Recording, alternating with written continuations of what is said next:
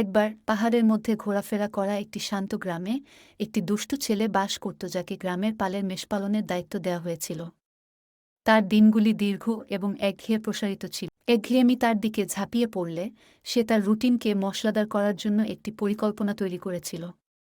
চোখে দুষ্টুমি করে চিৎকার করে বলল, নেকড়ে, নেকড়ে, নেকড়ে আসছে। তার চিৎকারে আতঙ্কিত গ্রামবাসীরা তার সাহায্যের জন্য ছুটে এসেছিল। কেবলমাত্র তাকে দেখতে পায় তাদের ভদ্রের হাসিতে দ্বিগুণ হয়ে গেছে। দিন পেরিয়ে গেল, আর ছেলেটির অত্যাচার চলতেই থাকল। যতবারই সে নেকড়ে চিৎকার করত, গ্রামবাসীরা ছুটে আসত কেবল তার বিদ্রূপকারী হাসির সাথে দেখা করতে। কিন্তু এক দুর্ভাগ্যজনক দিন, দিগন্তে একটি সত্যিকারের নেকড়ে হাজির, তার চোখ ক্ষুধায় জ্বলজ্বল করছে। ছেলেটি সাহায্যের জন্য চিৎকার করেছিল, কিন্তু এই সময় কেউ আসেনি। তার প্রতারণা তাদের আস্থা নষ্ট করেছিল, তাকে একা